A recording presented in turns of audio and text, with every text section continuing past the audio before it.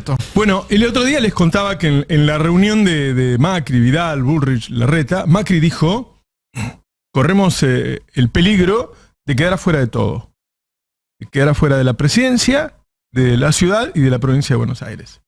Él decía que en la presidencia podía llegar Milei, que Axel Kicillof era imbatible en la provincia de Buenos Aires y que Lustó podía ganar la ciudad. Estaba preocupado. Hubo una encuesta que surgió este fin de semana de un banco de inversión muy grande, que daba liderando las encuestas a Cristina y a Milei, y el resto muy lejos. Es decir, Juntos por el Cambio quedándose afuera. Y el domingo había 5 elecciones en donde las 5 aparentemente las iba a ganar el peronismo, ¿no? Me parece que todo eso pinta bastante cuál era la situación en el momento en que la Corte toma esta decisión, que sorprendió a todos, ¿no? O sea, un fuerte apoyo del Grupo Clarín ayer, incluso los periodistas que suelen ser un poquito remisos en hacer estos papelones, se veía que les habían bajado una línea de no te podés correr un centímetro, es decir, otra vez Macri, Rosati y Manieto jugando juntos, y además diciendo de qué se trata esto que ellos proponen, ¿no? Al meterse con el tema de la emisión, el mismo Rosati que en su momento había dicho que las necesidades no eran derechos, pero esta vez con una advertencia al presidente del Banco Central. Alguien me decía ayer que Cristina dijo van a hacer lo que puedan para que no sea presidenta. Mira. Es un lindo dato porque no sabía que pensaba ser presidenta. Pero bueno, es obvio que van a hacer lo que puedan. Y está claro, y yo lo he dicho muchas veces cuando peleábamos desde C5N y algunos preferían pactar, que con esta gente no se pacta. Que quienes trataron de arreglar, quienes fueron remisos a ir por el juicio político, igual fueron castigados. Porque como muy bien decías vos en tu editorial, no es contra todo el peronismo. No es solo contra Cristina. Los que fueron egoístas, los que se corrieron, los que dijeron, bueno, dejémosla sola, a ella, la metan presa, que la maten, no importa. Se dan cuenta de que ellos no están invitados a la fiesta. No están invitados. Y que van a ir por todo. Así que me parece que es un momento bisagra. Reaccionaron bien. Me gustó mucho lo que dijo Guado ayer.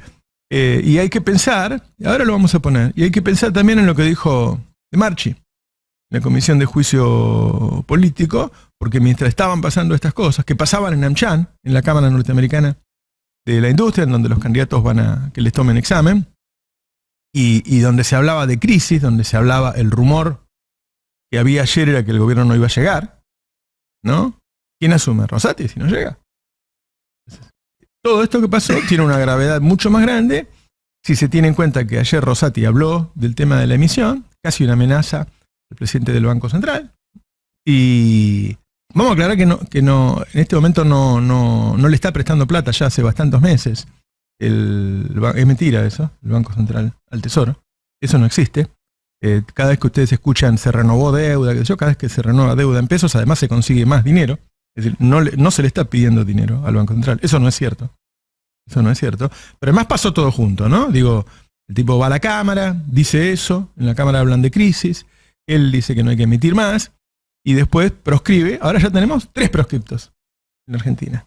3 proscriptos. Cristina, Uñac y Mansur. Pero escuchemos qué decía De Marchi sobre Rosati y Robles mientras estaba pasando esto, porque también hay que entender que es una medida defensiva de parte de ellos, que saben que están en peligro, ¿no? De Marchi es uno de ellos, que está diciendo cosas como esta, a ver. Quiero denunciar el posible otorgamiento de contratos para intentar negociar fallos, que podría convertirse en delito en función del pedido de contratos del señor Silvio Robles por orden del doctor Rosati para la Cámara de Casación. Esto es en referencia a la causa iniciada en la ciudad de Santa Fe contra el doctor Rosati por un ex chofer de la Municipalidad de Santa Fe, que declaró llevarle dinero todos los meses, que tuvo un recorrido por distintas instancias judiciales y también recusaciones a jueces por parte del doctor Rosati. Dada la informalidad y preferencia con los que lo solicitó el señor Silvio Robles y teniendo en cuenta su comportamiento en los hechos anteriormente denunciados por mí, sería conveniente, si la comisión lo desea, pedir los fallos de las distintas instancias y los contratos que se dieron a los jueces durante los años 2021 y 2022 para dejar en claro esta situación. Bueno, es una corte que está siendo juzgada no solo por sus fallos, sino por hechos de corrupción. Pero los tenemos a Ari Lijalad y a Graciana Peñafort. Hola Ari, ¿qué tal? ¿Cómo estás? Hola, buen día, ¿cómo andan? Bien, hola Graciana. ¿Cómo estás, Roberto? Buenos días. Y aquí. Bien, gracias por acompañarnos. Hubo un hilo de Twitter muy interesante tuyo ayer respecto a esta medida cautelar, pero me gustaría que si nos la podés contar. Bueno, lo que yo explicaba es que esta medida cautelar está mal. Primero, por una sencilla razón, no puedes dictar una medida cautelar a 5 días de la elección. Es un estropicio. Yo de hecho me acuerdo del caso de Santiago del Estero, que le dio tiempo a cambiar el candidato, a hacer alguna cuestión. No es el caso. Pero el problema no es solo que la dictaron 5 días antes de la elección, sino además, y esto no es menos grave, que podrían haberlo resuelto en el tiempo que se demoraron en dictar la medida cautelar. Podrían haber sacado de la incertidumbre tanto los sanjuaninos como los tucumanos y decidir si el candidato era o no era posible que lo fuese, y resolver el tema y no dejar a 2 ciudades de la Argentina, 2 provincias de la Argentina, en esta situación de incertidumbre. Pero voy a ir un poco más lejos, es decir, la Corte no puede dictar este tipo de medidas, porque la única manera que tiene de conocer la Corte temas que hacen al derecho público provincial es por vía de recurso extraordinario. No hay otra manera. Se inventaron una suerte de competencia originaria que no surge de la Constitución, que surge de una interpretación de los jueces, que es totalmente desacertada y que además afecta profundamente el sistema de división del federalismo de una manera insoslayable. Y déjame que haga una segunda observación. Todos nos preguntamos por qué este fallo fue tan sorpresivo. Más allá de las fuentes que dicen que lo llamaron a Rosati porque lo tenía parado, yo voy a decir algo que me parece importante. Hace muchos años, Rosati, como ministro de Justicia de Néstor Kirchner, denunció a Claudio Bonadío por el encubrimiento en la causa AMIA. ¿Saben lo que sucedió con esa denuncia? Rosati pidió la recusación de Bonadío, es decir, que se apartase ese juez, argumentando que no podía intervenir porque él lo había denunciado. ¿Y qué obtuvo? El apartamiento del juez. Claro. Entonces quiero decir, ¿cuál es la situación de Rosati y del resto de los miembros de la Corte respecto a haber sido los denunciantes del juicio político que actualmente atraviesa la Corte? Y no es que yo sea paranoica, hoy Van der Kooi lo dice en Clarín, es el primer límite que le ponen a consecuencia del juicio político. Está mal que la Corte Suprema de Justicia tome este tipo de medidas arbitrarias e infundadas, y voy a ir más lejos de lo que dijo Roberto Caballero. Yo creo que no solo empezaron por proscribir a Cristina, o proscribieron el voto popular en 2 provincias, y están intentando seguir, y no me cabe duda que su única apuesta es precisamente evitar que el peronismo continúe gobernando, porque así como a Videla decía que su peor época fue con los Kirchner, está claro que para esta Corte Suprema, con este peronismo dispuesto a enjuiciarlos, también es la peor época. Me parece que hay que prestar mucha atención a estas medidas cautelares dictadas sin competencia para hacerlo. De hecho, la procuradora Monti dijo que esto no es causa originaria, y después la declaran originaria, sino que además, y esto me parece importante, lo hacen jueces que deberían haberse apartado, y que no me diga Rosati que se olvidó lo que él hizo respecto a Bonadío, porque efectivamente fue una situación importante para él, no puede haberlo omitido, y él está siendo enjuiciado por impulso de los dirigentes de San Juan y de Tucumán, entre otros. Voy a pasar, porque vos hablás de que alguien llamó a la Corte para que salga el fallo en estos días. Voy a poner ahora el video cuando lo dice Feynman. Voy a recordar lo que conté el otro día, y ahora me lo volvió a decir otra fuente, dos fuentes de Juntos por el Cambio, me dicen que fueron a quejarse a Saguier ¿por qué? Por la forma en que los estaban tratando en La Nación Más y porque cuando ellos quisieron hablar con los periodistas, porque estaban siendo objeto de lo que somos todos en La Nación Más, de insultos, de humillaciones, de difamación, cuando fueron a quejarse, algunos periodistas directamente les pidieron plata para no seguir haciéndolo. Entonces cuando fueron a Zaguier les dijo, no, el canal no está en manos mías, está en manos de Macri, es un contrato de alquiler por 5 años, y hoy lo maneja Macri, anda a hablarlo con Macri. Entonces, hay que tomar esto que dijo Feynman también como una forma de que Macri diga, bueno, vieron que el que manejo todo soy yo. Ahora sí, escuchémoslo a Feynman hablar de esto. Tiene razón Lucas en algo. Para mí la Corte Suprema Nacional tardó mucho. Sí. Vos no podés un martes... Lo que se dice, lo que se comenta, y dentro de la Corte también, es que el ministro Rosati lo tenía parado el tema. Lo tenía pisado y habría recibido un par de llamadas de vaya a saber quién es. Che, ahora es. Bueno, no, pero era antes. Es ahora. Para mí era antes. Bueno, Claro, no era lo podés antes. tirar faltando 5 días Era para la antes. elección. Bueno, estás escuchando a empleados de Macri decir eso, ¿no? Me lo comentabas vos, Ari, hoy también.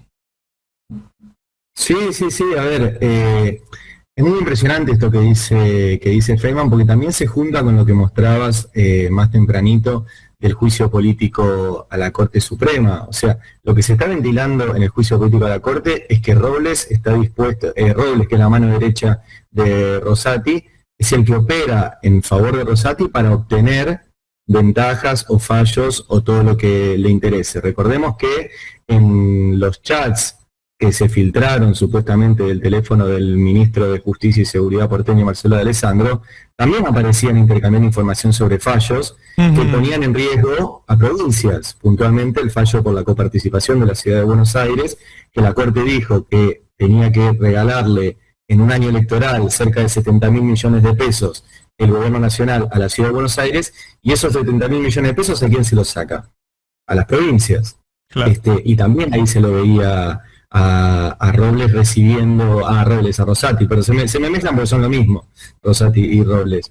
Se lo veía a Rosati negociando. Y ayer el administrador de la Corte, Héctor Marchi, decí que tocó en medio de todo este quilombo, pero dijo que Horacio Rosati negoció contratos con la Cámara Federal de Casación Penal a cambio de que removieran al juez que lo estaba investigando a él por enriquecimiento ilícito. Es un nivel de gravedad lo que contó Marchi ayer, sumado a todo lo que viene contando, porque Marchi, recordemos, un hombre muy poderoso dentro del Poder Judicial, dijo ya que mandó informes de irregularidades en la obra social del Poder Judicial que no los publicaban, que borraron el cuarto informe que mandó porque ahí mostraba que la obra social del Poder Judicial no tiene balances, faltaban 30.000 medicamentos, perdieron 3.000 millones de pesos solamente en los últimos 7 meses, que eliminaron, que ese es otro que Graciana lo va a saber explicar mejor, eliminaron el mail oficial de Horacio Rosati, que es una casilla pública en la cual debía recibir esa información, que recibió amenazas cuando empezó a publicar estos informes, que el propio Rosati dijo ayer, Rosati me manifestó que a él no le llegaba la ley. Y vuelvo a conectarlo con lo que estábamos hablando y lo que explicaba Graciana recién. Rosati le dijo a Héctor Marchi, a mí no me llega la ley. Y ayer firmaron 2 fallos pasándole por encima la ley. O sea, es una actitud constante, me parece, de Rosati y de la Corte, que ya son directamente alegales. No sé si existe la palabra en términos jurídicos, pero no hay ley en lo que está haciendo la Corte Suprema. Y la gran pregunta es, ¿qué puede hacer la política cuando la Corte Suprema se aparta de la ley? ¿Y tiene que respetar lo que dice la Corte apartada de la ley? ¿O tiene que empezar a hacer otras cosas? Claro. Bueno, hay una carambola ahí, ¿no? Digo, hay varias cosas que se juegan, ellos defendiéndose del juicio político y a la vez haciéndole el trabajo a Macri para que no nos encontremos el domingo con 5 triunfos peronistas y para decirle a Cristina, ¿sabés lo que te va a pasar a vos? Imagínate, si nos metemos con estos, que no eran enemigos nuestros, digamos, hay un mensaje para varios lados, ¿no, Graciana? Mirá, no solo hay un mensaje para varios lados, el mensaje es claro, como yo creo que fue clara las declaraciones de Rosati ayer en la mañana respecto a la política monetaria. Ujú. Yo las vi con atención. La verdad, dije, si soy Sergio Massa, me preocupo, y si soy el gobierno actual, me preocupo, porque lo que dijo Rosati, es que hay una teoría en derecho que habla de las cuestiones políticas no justiciables, es decir, aquellas cuestiones que no están sometidas al control de la justicia, que dependen solo de criterios de oportunidad y conveniencia que define la política, y una de esas cuestiones es la política monetaria. Entonces, cuando habla Rosati, lo que está diciendo es, vamos a vulnerar como Corte la cuestión de políticas, de cuestiones políticas no justiciables, introduciéndonos en materia monetaria también, porque permitidme esto, yo creo que tienen tan claro que necesitan que pierda el peronismo, que están dispuestos a desestabilizar el poder económico de forma absoluta, están dispuestos a intervenir en política monetaria, ya lo han hecho anteriormente en mínimas proporciones, pero el anuncio de Rosati fue claramente un mensaje por elevación a los oídos que quieran escuchar. Yo, como Argentina, que dependo del gobierno que elegí para que fije las políticas monetarias y que por no estar de acuerdo con el actual rumbo de las políticas monetarias, aún así estoy obligada a seguir defendiendo que lo haga el Poder Ejecutivo, porque si lo hace la justicia, entonces, listo, no votemos más presidente, no dejemos que el presidente nombre más ministros, votemos a los jueces de la Corte. Si ellos van a tomar las decisiones que le hacen, que son competencia de la política, entonces no nos entretengan haciendo política, seamos honestos, votemos a los miembros de la Corte. Pero también, y esto quiero agregarlo, me parece trascendente señalar que la única facultad que tiene la política de control sobre la Corte es este juicio político que estamos viendo, donde cada vez que aparece algo es un escándalo. Digo, encontramos al ex administrador no solo despedido y apretado, también encontramos irregularidades en la obra social, y todavía no hemos empezado a analizar los fallos de fondo, es decir, la parte que bien mencionó Alijalar, de cómo se traficaban a través de distintos elementos, como Silvio Robles, los fallos de la Corte. Entonces, acá cabe una pregunta que yo no tengo la respuesta, pero sí tengo un camino para recorrer. Yo tengo claro que esta Corte no funciona, tengo claro que las conductas de esta Corte son inconductas, que están peleadas con la ley y con la Constitución, pero también tengo claro que hay que reforzar la política en lugar de denostarla, para que la política pueda establecer unas nuevas reglas de juego para que esto se ordene. Porque el problema que no se ordene no es el problema que va a tener Cristina, Sergio Massa, Alberto Fernández. El problema que no se ordene es que lo vamos a tener todo. Porque así como la Corte Suprema hace cualquier cosa, por ejemplo con el derecho a voto, que es sagrado en una república y en una democracia, también lo va a hacer con los derechos laborales, con la defensa de la integridad física. Y pienso que todas las fallas del Poder Judicial encuentran una raíz. Una Corte Suprema que no cumple su rol de superintendencia como cabeza del Poder Judicial y un Poder Judicial que sabe que no es controlado.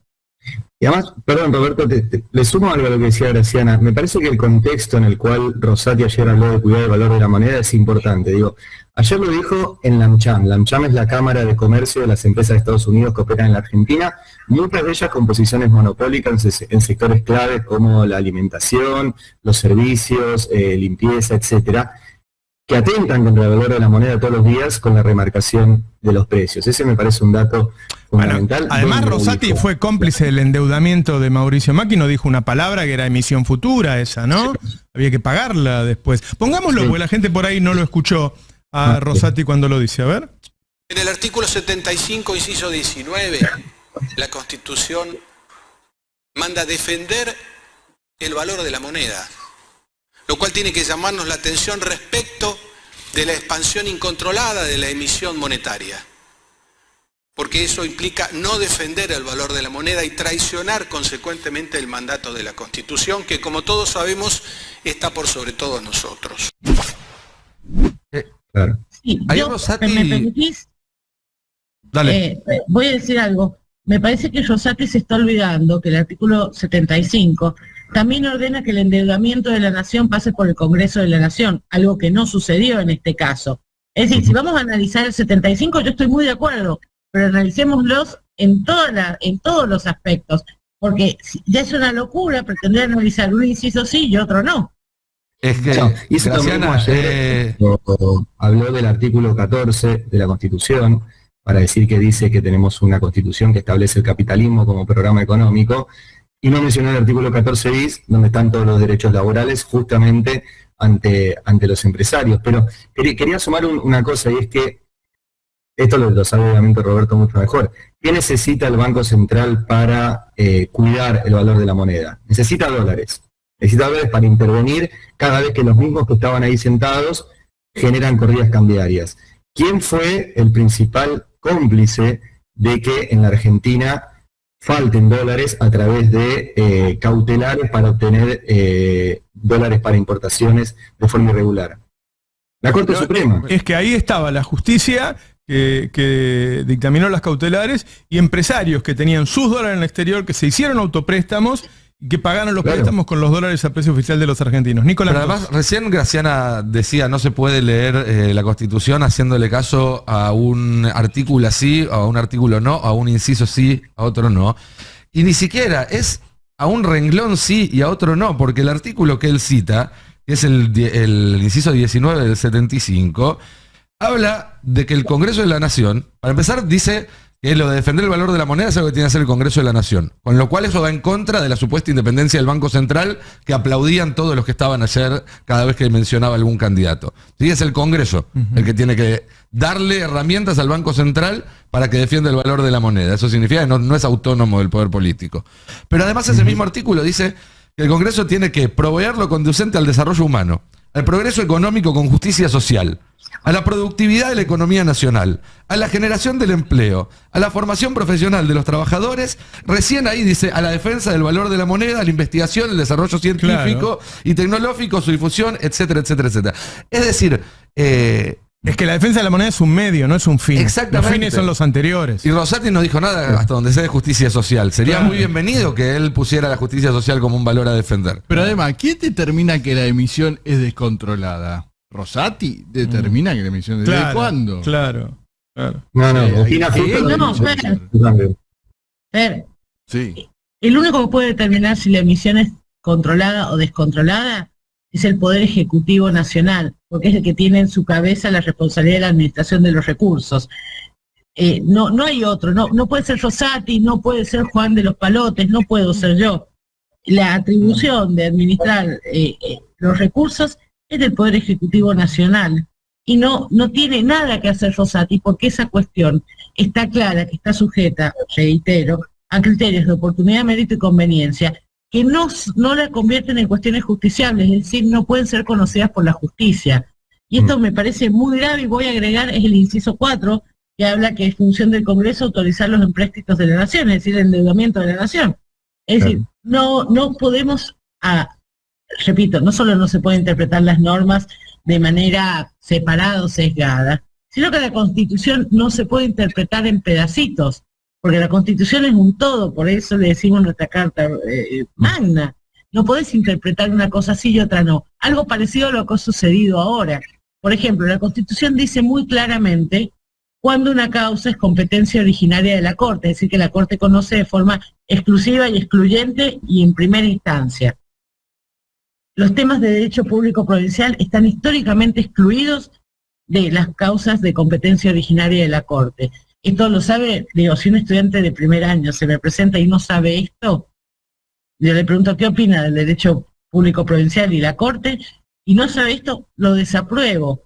No he sido profesora de Rosati ni del resto de la Corte, pero lo peor de todo es que esta tesis es la tesis histórica que sostuvo la Corte, que recién empezó a modificarla con el caso Santiago del Estero en el 2013. Yo me acuerdo muy claro, ¿se acuerdan cuando se presentaba de Narváez, que no podía presentarse porque era colombiano? La Corte sacó un fallo que fue muy importante, señalando que era un tema de derecho público provincial, donde nada tenía que hacer, salvo por una sola forma, por recurso extraordinario, que es lo único que autoriza la ley. Y si cuando son temas de jurisdicción provincial, los puede conocer la Corte, pero siempre que lleguen por recurso extraordinario, es decir, que se haya invocado una causa de afectación del derecho federal, es decir, del derecho nacional, de la Constitución. Ahora bien, nada de esto sucedió en el caso en el cual voy a señalar los tribunales locales, tanto de Tucumán como de San Juan, ya se habían expedido. Es decir, la forma de llegar a la Corte era llegar por vía de recurso extraordinario. Y voy a ir más lejos. En el tiempo que tuvieron, desde que ambas causas, la de Tucumán y la de San Juan, se dictó la cautelar, podrían haber resuelto el fondo de la cuestión, Roberto, por una sencilla razón. Es una cuestión de puro derecho, no requiere la producción de pruebas, no necesitas un perito. Claro, es una ¿sí cuestión o no? que se analiza. ¿Es sí o no? Exactamente. En el mismo tiempo podrían haber dado la certidumbre, pero voy a ir más lejos. Suponete que por algún motivo no les daba el tiempo. Yo voy a decirte esto. Tanto los dos candidatos a gobernador tienen su representante institucionalmente designado, que es el candidato a vicegobernador. Podrían haber dejado que se hicieran las elecciones y en todo caso, si luego resultaba que el candidato estaba inhabilitado, permitir que asuma su suplente designado por la Constitución provincial. No interferir con algo que la Constitución consagra, y es la autonomía de las provincias para elegir sus autoridades. Bueno, por ahí es la intención, hacerlo así de prepo, último momento, para decir quién manda. Yo digo, intentemos contextualizar.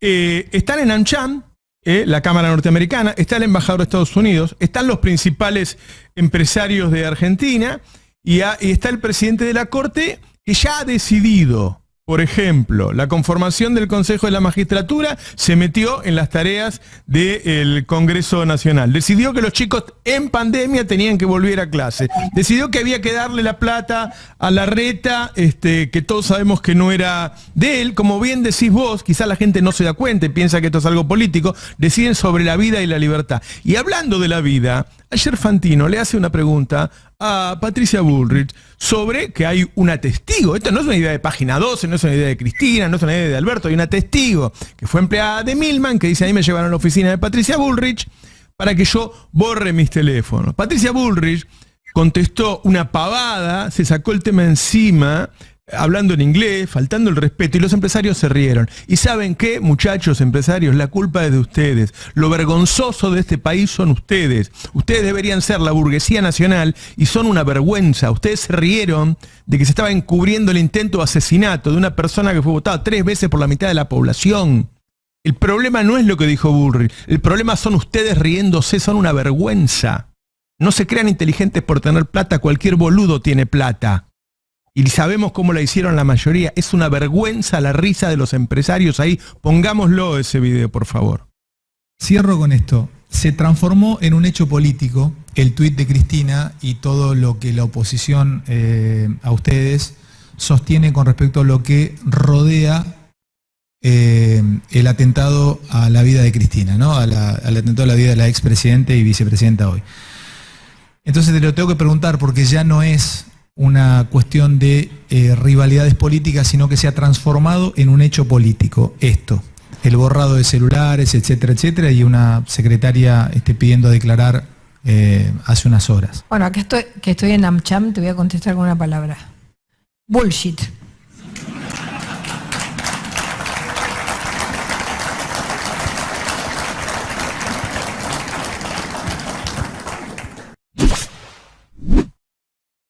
Bueno, ahí está. Ese es el poder. Esos tipos riéndose de la respuesta tonta. ¿No? Te agrego un dato político, si querés, a esto. Horacio Rodríguez Larreta habló inmediatamente a continuación de Bullrich. Él también trató de meter un par de chistes tontos y hubo solamente algunas risas incómodas. Es decir, los mismos empresarios que a Bullrich le celebraban esto a carcajadas y con aplausos, a Larreta lo miraban un poco de costado. Es notoria, digamos, Bullrich tuvo 4 o 5 momentos así de aplauso cerrado, y a Larreta le costó muchísimo más. Por ahí si el periodista hubiera hecho mejor la pregunta, no hubiera gastado tanto tiempo en pedirle perdón por hacerle la pregunta, y en vez de decir que era un tema político, es un tema judicial, y le hubiera repreguntado, claro. Mire, usted quiere ser presidenta, está presentando acá a dar examen frente a los empresarios. Le acabo de hacer una pregunta, por favor contéstemela. Además es impresionante que Fantino dice, bueno, el tema se transformó en algo porque lo tuiteó Cristina, lo cual es la muestra de que si Cristina no lo tuiteaba con el poder de instalar agenda que ella tiene, esto no se instalaba, porque había un silencio mediático sobre este tema que es tremendo y que efectivamente está documentado. O sea, hay una testigo que dijo, insisto con lo de testigo porque fue una declaración testimonial, no fue una indagatoria, ella no estaba habilitada a mentir, ella tenía que decir la verdad. Y dijo, a mí me llevaron a Avenida de Mayo 953, tercer piso, a una oficina que pertenece a la fundación de Patricia Bullrich, que efectivamente es así, y un perito borró mi teléfono, borró el Instagram también. Y en la tercera, que se llama Carolina Gómez Mona, que es la otra asesora, directamente le dijeron comprate uno nuevo y entrega ese como si fuera el viejo que tenías porque no lo tenía registrado su nombre. O sea, están truchando todos los teléfonos de las personas del entorno de Patricia Bullrich, porque Milman era la mano derecha en el ministerio y en la campaña de Patricia Bullrich, y eso está documentado en la causa judicial. Roberto, y yo voy a agregar algo. Vos pensás que esta lógica de impunidad, es decir, 2 testigos son llamadas. La primera medida que toman es ocultar la prueba. Es decir, la primera medida que toman con la complicidad del juzgado es el encubrimiento de cualquier cosa. De destruir prueba es una forma de encubrimiento que está sancionada penalmente. Pero además de esto, esta lógica de impunidad lo vimos con Lago Escondido, donde se escondieron, aunque valga la redundancia, en la poca cobertura mediática que tuvo el tema. Lo segundo que voy a señalar, lo vimos con el tema del espionaje en las cárceles, lo vimos con el tema del espionaje de la propia Cristina. Es decir, hace años que el macrismo tiene lógicas que vulneran la ley, y de esas lógicas, y cuando he preguntado por eso, se ríen. Yo me parece que esto hay que marcar que es una línea de conducta. Y voy a decir algo que se retrae muchos años. Yo no me olvido de la primera acusación de Macri respecto al espionaje de su familia y de sus opositores políticos allá en la época del Fino Palacios. Y digo, esta lógica de incumplimiento de las normas viene haciéndose con total impunidad a lo largo de los años, se consolidó profundamente durante el gobierno de Mauricio Macri, y hoy cuando ayer se ríe Patricia Bullrich, se ríe desde ese lugar de impunidad. Se ríe porque no puede decir, digan lo que quieran, testifiquen lo que quieran, a mí no me van a tocar. Lo tenemos en